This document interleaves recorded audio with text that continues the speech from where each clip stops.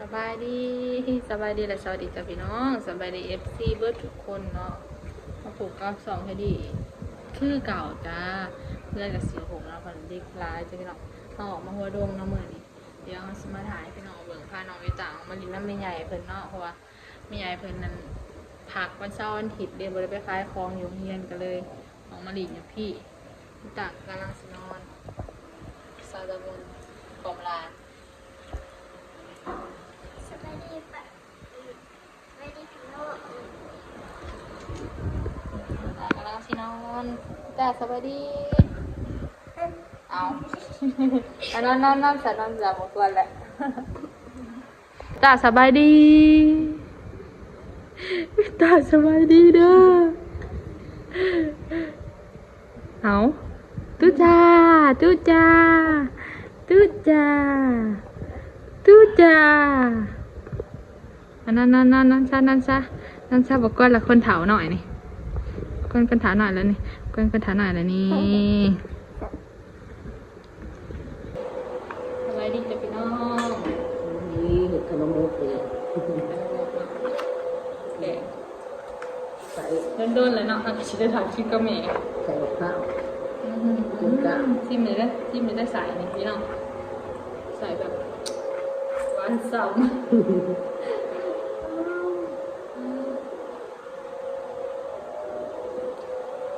หวานหอมมันกลมกล่อม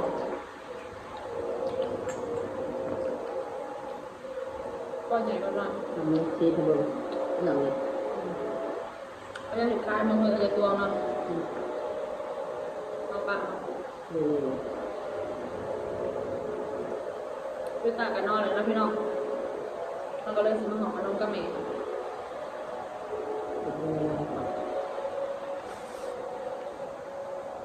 ที่บอกใส่ลายดูดับ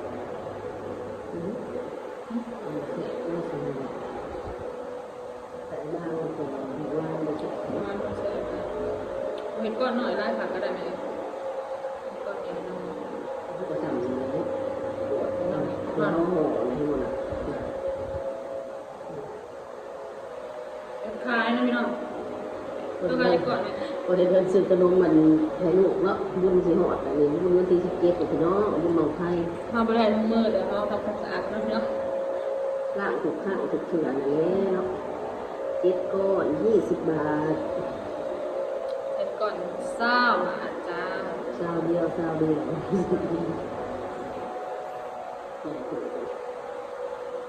หญ่พวกจะมีเนื้อซ้ำ คนกันอะไรนี้หน่อยเอาบริโภคกันเอา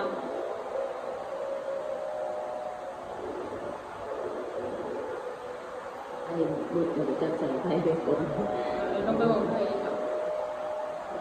ราใส่เดียวแล้วใส่เดียว ไปเบิดแล้วหัวจับถ้าเจ้าเสร็จน้ำมันเท่านั้นไม่เป็นห่วงเอาเห็ดเขาเรียกแป๊บเดียว โอ้ยปั่นอะไรเนี่ยก้อนกันไว้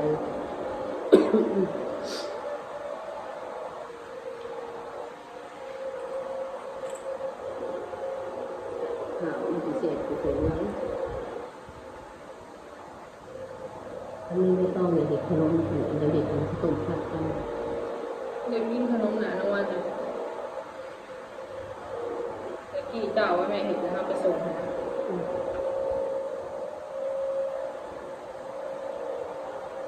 แล้วต้องกับลูกสวงเด็กขนมอะไรกันที่เป็นขนมมันสอยมันงามเลยก็ดูงามอยู่ที่มันเป็น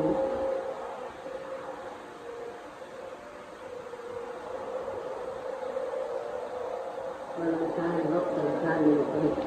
ขนมจะใช้พอได้เงินซื้อขนมหลอกสดคำรุ่นก็จะหอดด้วยเด็กเด็กขนมไทย ชอบแค่ตัวเห็ดซอยซื้อแพมเพิร์สให้พี่ตาเด้อ ขายได้สิกดน้องพี่น้องจะได้จักบาทแพงกับแพงตะกี้ละ20 บาทเดือน25มีแต่เนื้อแพงๆเอ้ยน้ำมันน่ะก็ มาหาเลย30 น้ำมันน่ะก็โคตรแพงเดี๋ยวนี้นะจนไม่อยากขี่มอเตอร์โหลดจักรยานยนต์ สิบอย่างมาหา อย่างเอาใครมีเงินอยากได้รถกระถาไหม 70 บอก80 บอก ประมาณ 80 บาทลิตร80 บาทได้พี่น้องอยู่ฝั่งลาว บาทหนึ่งน้ำมันแดงแปดสิบน้ำมันเรื่องหู85หันจะสิได้เด็กหน้าหรือบ่เนี่ยเขาไม่เห็นเปลี่ยนเขาบุคายเขาถึงตอนนี้โตส่วนเห็ดนี่ว่างเนาะ เห็นแล้วซื้อเบาะองสีก็ยังจะซื้อขายด้วยสปอร์ตเลย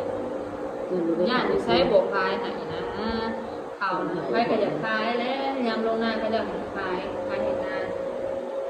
มีความสุขเลย ทำไม ตรงเขาสุดเลยเด็กเลยนะ โมเมนต์ดอกสองหนาวมันเสาเดียว เขาเดียวอยากคนสวย ไปเวียนสิไปเห็นงานมีการบอก ไปเทะโมงเฮ้ยไปบ่ได้ดอกที่ห้องลูกที่ว่า งานเงิน ขี่รถพวกคือสร้างปัญหาโง่มากไป เอา เสีย ไป ต้องไปนอนลูกบ้างชีวิตตนเป็นสาวเนี่ยหนึ่งมีลูกมีครัวเนี่ยหนึ่งคิดหอดลูกไปใช่ก็ได้ผู้ข่อยเป็นแบบไปใช่บ่ได้ดอก เอาส่วนเนาะอยู่ไปกินนอนมันจะบ่ได้นอนดู แล้วมันมีครับตัวสำนึกจะอยู่ตัวหักลูกเห็นลูกเป็นน้องเนาะแต่บุท่านมีครอบมีครัวแล้วก็เรื่องนึงมีลูกมีครอบครัวแล้วก็แพงลูกแล้วกินยังกะยันแต่ลูกบริกินยอมอดเพื่อลูกอิ่มให้ก็ได้ตัวปากกระเทาะเศรษฐกิจคู่มือเลยติดแล้วยังกับเพื่อน มันมีเงินมาซื้อรถไฟฟ้าใช่ไหม มันมีเลยคนเมื่อรถถีบดูเพื่อนในหยาหรือถีบพ่อปู่นะลงมา ที่ชิมเข้าบ้าน ปั่นเมื่อบ้านถูกกับปั่นเมื่อกับท โอ้ ำออกกำลังกาย พอได้จอยค่ะ อันนั้นเล็กก็ยักจ่อย ถ้ามีกระโดดไฟฟ้าอาจจะมีเงินดอกแต่ก็ไม่ได้ซื้อ คุณสวรรค์จังเสียนโคน กองฟันยังกระโดดไฟฟ้าขั้นหนึ่งเพราะได้ขี่กับวิวตา ไปนอนก่อนสิพันก่อนสิพันก็ต้องนอน ไปทำงานอยู่เวียงซื้อรถไฟฟ้าเดือนหนึ่งก็ได้หรอกจังก็ได้เนาะได้ ต้องตรงเรื่อง โรงเรียนแต่แห้งคือข้องสีผัดแทง อันก็ได้ก่อนเดือนละ3-4 ล้านก็ล้านกับ1,500 เดือนละ5,000ได้เดือนหนึ่งเดือนละ4,000เดือนละ4,000 คือว่าออกใหม่ค่ายคือกันค่ายคือรถที่ 6,000บอกคือ5,000ตัวเห็นละ3-4,000ก็มีเดือนมากกว่าสิบ่ทนพอ6,000 5,000 บอกว่า4,500 คนใหญ่คนละได้ มาหน่อยธรรมดา หมดลม 4,500กับ4,900แล้วนะจะคิด ข ซื้ อ อ ใครเก็บก่อนเลยเก็บก่อนสร้างแกะโค้งหนึ่งกระปุกเลยใส่ไปก่อนเซียนสั่งไว้ตรงก็จะไหววันนี้เนี่ยสั่งในไหนวะเนี่ยสั่งไว้ตรงก็จะอยู่จะเป็นเตาอยู่เกิด ถามน้ำพัน เมียเลยตอนนี้นะพอซื้อแล้วก็จะเอาพอเงิน ไม่บอก จะเอาแบ่งก็จะกิน ในกระยายนี่ นี่นะเดี๋ยวได้จับนะเราได้หักทุนอย่าว่าเลือกทำไรแล้วไปโดนก็จะแกะสอยนะเกิน เป็นคนแบบว่าคิดต้องคุ้มเด้ตัวเองคุ้มคนอื่นก็ต้องคุ้ม โอ้เตะกับเพ คิด ง ไปอย่างนั้น เตะกับเพง ทายเอาเศรษฐกิจทายสังคม สังคมตัวเองมันมีขึ้นบอกไปต่อไว้ใครมือ ถ้ามีเงินเขารวยนะแม่ถ้าเขารวยนะถ้าเสียขนมเป็นแจกคนฟังเนาะคนเขาซื้อเนี่ยเด็กคือโมจิไอพี่น้อง คิดจะเมื่อมันนี้ขึ้นในวันที่14นี่เป็นวันเกิดโคตรเขาเลยไปหากระป๋องเงินอยู่เลย ในทงทานเนี่ย คุณตรงนี้งานไหนที บ่ต้องเห็นอะไรก็ได้ใช่ไหมกัน อันนี้ขายตัวก็เหนียวกับโก้ ชื่อหน้าชื่อยังก็ได้ไปทำงานถามเลยแพ็กอย่าคิดเด้อแม่ถ้าเราคิดเราบ่มีเงินซื้อนะเราแบบ น้ำจะแพ็คหนึ่งก็ได้พันหก ถ้าเราสิทานจะทานเด้อ ต้องได้ ต้องได้มันคิด วันละแพ็คสิบ่ได้บ่วัดละโลประมาณนี้น้ำแพ็คเวลาเช้า5 บาท บ่ 30 มี บาท 30หันละบ่น้ำก็ขึ้นเอาจนสิบ่มีเงินซื้อน้ำกินกระโปะได้พี่น้อง ที่ได้ต้มน้ำบ่ได้ จากเมื่อก่อนนะ16 บาทเดี๋ยวนี้ขึ้นสุดก่อนนะ18เนาะเดี๋ยวนี้20 บาทแล้ว ต้มน้ำบ่ได้กินแล้ว สิหอมแล้วได้ต่อกันข้าสมัยจ้างยังหน่อยนะกินน้ำได้ไหม น้ำกอกเนาะ ต้มเนาะ ต้มมันเถื่อกะกินน้ำพ้นน้ำสาวคนสมัยตะกี้ก็สิมักกินนั่นกินนี่กินนั่นกินน้ำสาวคือ น่าไปยังเคยกินน้ำสามกินได้ตอนนอนอยู่นานเหมือนกันนะ ว่าหายไปหน้าไปตักเอาน้ำพ้นน้ำก็กินเลยถึงมื้อก็บ่ได้เคยกินดอกมีแต่ซื้อกิน น้ำสามน้ำหมอกบอก เด้อสิห่อเด้อน้ำหมอกบอกก็เสร็จมาแล้วเดียวไม่ต้องไปนอนค่ะ แล้วจะมื้อให้ปั้นได้ เนาะ นี่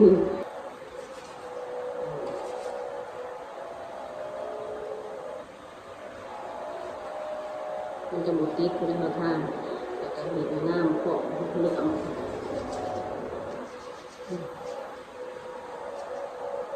จัดมาค่ะ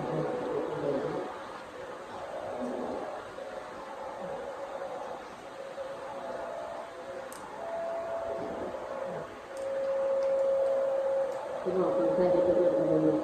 ขนมแหนมเทียนบ้านเขาเป็นขนมแหนมขนมมุก เสร็จแล้วบอกไปมาโพสเพจนี่จะบอกเสร็จแล้วจ้าจุ๊บปุ๊บปิ๊ปีไม่ต้องกัน ต้องเบิกน้ำแล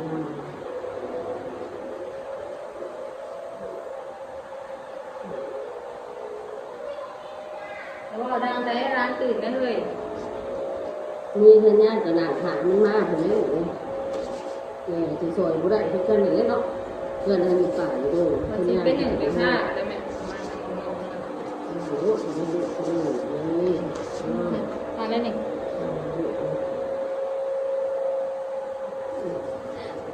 นี่ข้าวห้าวนี่เป็นหองามกว่ากัน เนี่ยกินขาดหน่อยเนาะ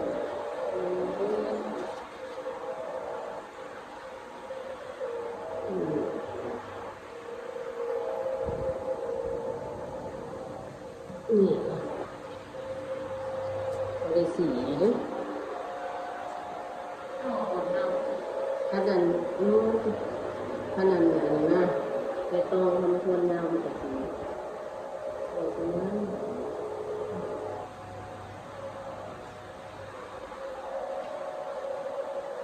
หน่อยพูดไปเติม แล้วทำไปตามจังหวะของมัน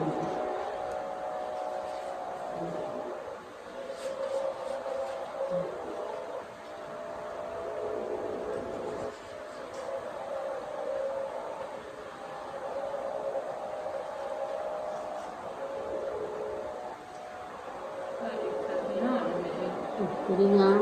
กระแบง นี่ ได้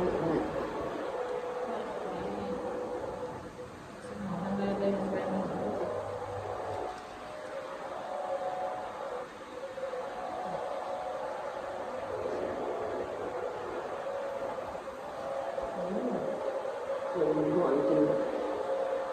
เป็นนี่ไหมน้ำชิมน้ เนี่ยสนุกแต่ดีมันหอนจริงเนี่ยเตี้ยวอยู่ที่โลก ำ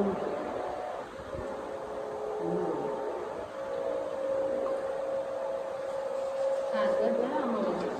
เราไปตรงไหน น้ำไหนแล้ว ซื้ออันนั้นพอซื้อว่าดูซื้อหรือทาน ถ้าบอกว่าจะไปซื้อนะคะ หมดเลย สอบกระดาษ ทำอยู่2 1กระโดน ทำอยู่เบอร์เบ็ดใบตองไว้อยู่จับขึ้นมาหอดขนาดเลยเหมือนว่ามันเต็มกัน ความหอมไปแล้วไม่ออกจะ เพื่อนจะไม่อยากได้ ไข่นั่นเจ้าลองเอาถ้วยเล็กไปบ้างเลยเด็กแต่ถักไข่นุ่นแม่คิดว่าซุป เนาะมันหอด นั่งเปิดไม่มา พี่น้องเข้าห่อได้สามพี่น้องจะลงไปหนึ่งก่อนเนาะแล้วกันห่อใหม่แล้วกันห่อมาแบบพี่น้องงามเรื่องห่อแม่เอ้ยพี่ตามาเห็นขนมใส่ไม่ใหญ่ปะพี่ตา มาสอยมาสอย มาทำไม่ใหญ่ปะนี่วิว ตัวป่วน วิว ตัวป่วนวะ โอ้โห เนี่ยถ้าก็เหงื่อออกเลย นอนของแอร์แล้วบ่จ๊ะถ้าเถื่อนออกแล้วมันก็ แล้ว ไม่ สี เห็น ซอยไม่ใหญ่หรือซอยไม่ใหญ่บอกมาดูสีซอยดิมาลูก แอบแบ้วแล้วเสียขนมบ่ลูกเราเคยนั่งนะแม่ทาหนังนะหนังมีแต่หนังแบบ นางสุภาพเรียบร้อย นี่แต่หนังคัดแต่หมอเจ้าไพสอนมึงนี่เกิดมาเด็กน้อยหนังไปนี่เลยเข้าละหนังอันนั้นหนังอะโลดบางคนดิ รถซับไม่ให้เหม็นไม่ลูก กูคนไปซ่อมมึงไม่ใหญ่ประเทศนะพี่น้อง สีโซ่ป่ะนี่ เมื่อไม่ใหญ่ขนมวิตาก็อยากเห็ดซอยไม่ใหญ่เนาะพี่น้องวิตาก็อยากเห็ดซอยไม่ใหญ่เนาะวิตาก็อยากเห็ดซอยไม่ใหญ่เนาะ สีโซ่ลูกสีซอยคือไว้เด้อวิธีห่อขนมแบบไรเด้อ